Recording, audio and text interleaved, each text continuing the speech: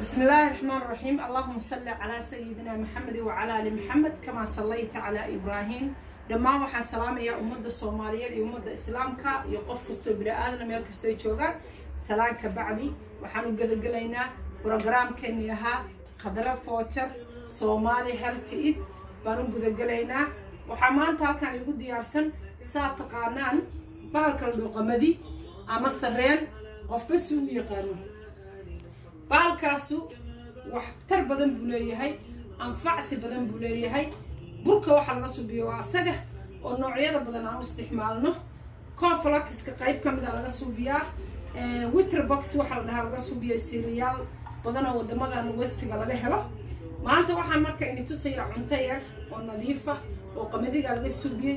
haddii caloosha laga hayo, haddii maarta qof tabaryari dareemaya tahay, haddii qof markasta calooshiisa cuntooyinka maaragtay dheefshiidkiisu uu xiray oo full dareema aad tahay oo qof inuu buuxo dareemaya, waana qarash yar, waa xoolo seef ah, waana caafimaad.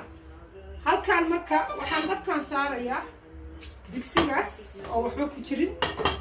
kana waa qamadigi iyo karsan saad u aragtaan, waa qamadigi aan kariyay waaye. maxaa la dhihi jiray saa iniga balan qaaday maalin kasta oo wiig kasta oo kamid ah labada wiig waxaan soo bandhigi doonaa cuntada Soomaaligu ay leeyihiin oo wadankooda ka baxda ama cuntooyinka ugu badan oo saliidaha iyo aan ku cunno sokorta. okay, halkan waxaa labada geed baa igu darsan. waa bocor haddaad taqaanaan ama batiiqkii qofku yaqaana. geedkan Soomaali inuu ka baxaa malaynayaa asagana waa maxaa la dhihi jiray bocorkii oo kalar kala ah. waxa igu diyaarsan halkan basal labadan aan isku jarjartay, kan iyo kan aan isku jarjaray. kan marka alxigmo hadda ka horna waa inii sheega programkan ku jiray markii la fiiqo saan buu noqonayaa. qofku xataa waa geedka indhaha iyo qanjirada dhacaanku ka dhamaaday ayuu dhacaanka u soo celiyaa. okay, taas waa taas caafimaadkiisa badan. kana qofku ku yaryahay maxaa la dhahaa afkiisu markasta qalalo ama dareega yahay ayuu aad ugu fiican yahay, ma garateen. okay, hadda saliid yar oo yala baan digsiga ku dhubcinayaa. olyoliiva markaan ku dhubciyo waxaan ku shubayaa basashii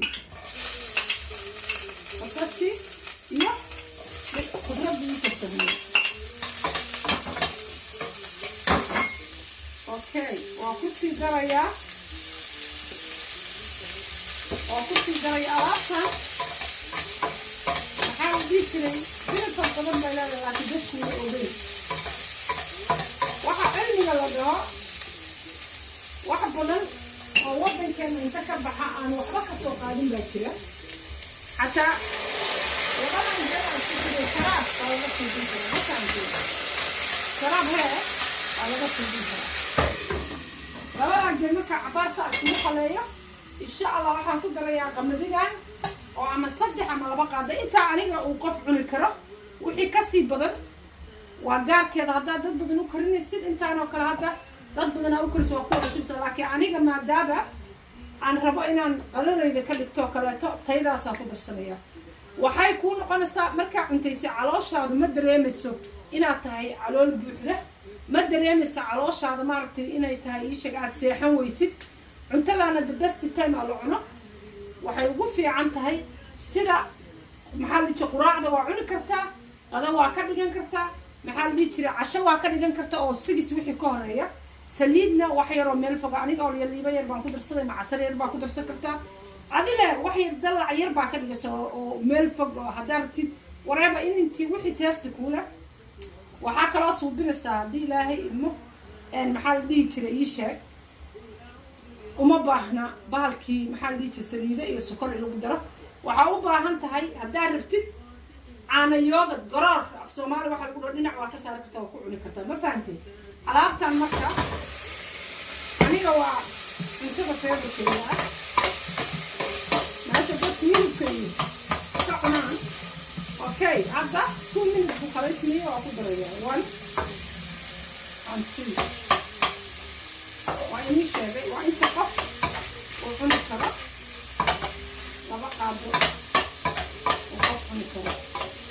okay, maxaa suubinayaa marka you can put xawaash baa ku dari kartaa. If you want سبايس هذاك بسباس باخذ درك توليه واحد بسباس وفي عنا وقدر ترى هي بسباس كعجار قف كل واحد معه وقف عن طلع أقول ما فهمتين على شيء واحد معه فيه على شيء مثقل قف كل أوكي حواش تبريد سكر وقف السكر no problem because عرفت أنا وين اللي يشق وأسكت داي عرفتي السكر خلاص نسق أسكت خلاص ما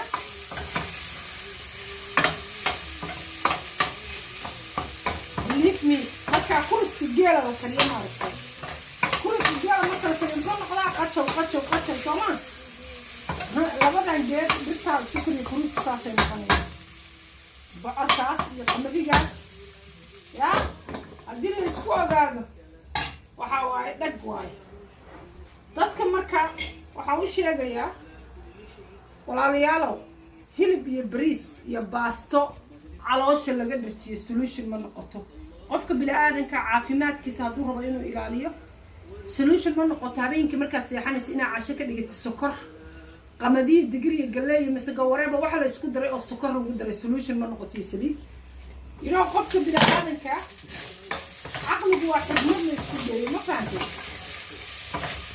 cuntadan marka martisoor ay noqon kartaa ma fahamtay alaabtii oo la habeeyo waa la habeeyo alaabtii la habeeyo waa qofka marka dawadaadii caafimaadkaagii iyo maxaa la dhihi jiray haddaad silaac saas haddaad sii dhigtid oo kaleeto wax yaroo biyaa baa ku dhibcinay ikiwaanki silaac haddaad dhigtid wax yaroo biyaa baa ku dhibcinay si kulliga isugu weysid ama waxaad suubin kartaa haddaad tahay dadka calooshooda maaragta ay durbo ay wax shiido waxaad suubin kartaa calooshaada say maaragta cuntada ay durbo u shiido waxaad ku dari kartaa maraq baa u yeeli kartaa maraqaas baad ku cuni kartaa cuntada biyo yar baad dhacaana u yeelaysaa si isla markiiba jirkaaga cuntada iyo caloosha uga baxdo oo maaragta jirkaaga caloosha ay ugu socoto cuntadii si easy oo wixii calooshaada ku jiro caabuq kaa baxaan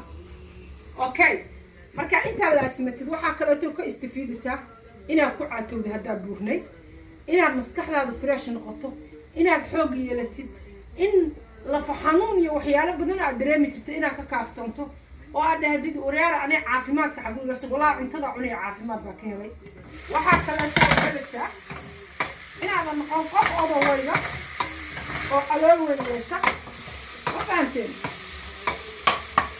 baad maaragtay isheeg noqonaysa hadda alaabtan waa reedi ma fahanteen saanay diyaar ku tahay 2 minutes cook saanay diyaar ku tahay maxaa la dhihi jiray allahu mustacaana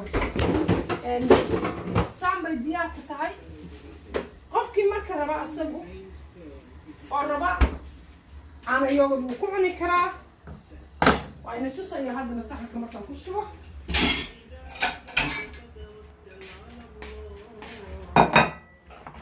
saxanka markaan ku shubo waa ina tusaya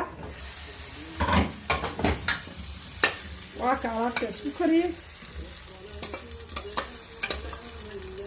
ilaahay baan ugu dhaariyo qofkii intaa cuna salad yar baad dhinaca ka saaran kartaa basbaas baad ku darsan kartaa maxaa la dhihi jiray isha intaa qofka oo maxaa ka maqan bariis iyo baasti iyo hilib yaa majadu duuban iyo calool weyn saaxiibayaalo alaabtan baa ka fiican solution baa loo helay alaabtan haddaad cuntaan mijadu dhuuban iyo calool dheer waa inaga harasaa reer Soomaaliyo waxa waa gabdho qurux badan raq qurux badan maaragtay dad wada stylish ah noqonaysan diinta islaamkana ma qabto dadka cuntada badan cuna oo kala duwan diiniyan wax oo fiican maahan qofku cunto libiga inuu cuno caafimaad ku jira xigmada fiiriya gaaladan hadda waxyaalaha dikreed gareeyaa dhakhtarka loo ordo kitaabka ilaahay lagala baxay waxa waaye fiiri waxa lagu yiri biyaha ku cabin istaag maxaa la dhihi jiray cuntada fadhi ku cun bisinka ku bilow maxaa la dhihi oba food ha cunin baa oba food ha cunin minis calooshaada cunto badan oo calooshaada aad dareentay marka cunto dacdacsato fuul noqotaa cunin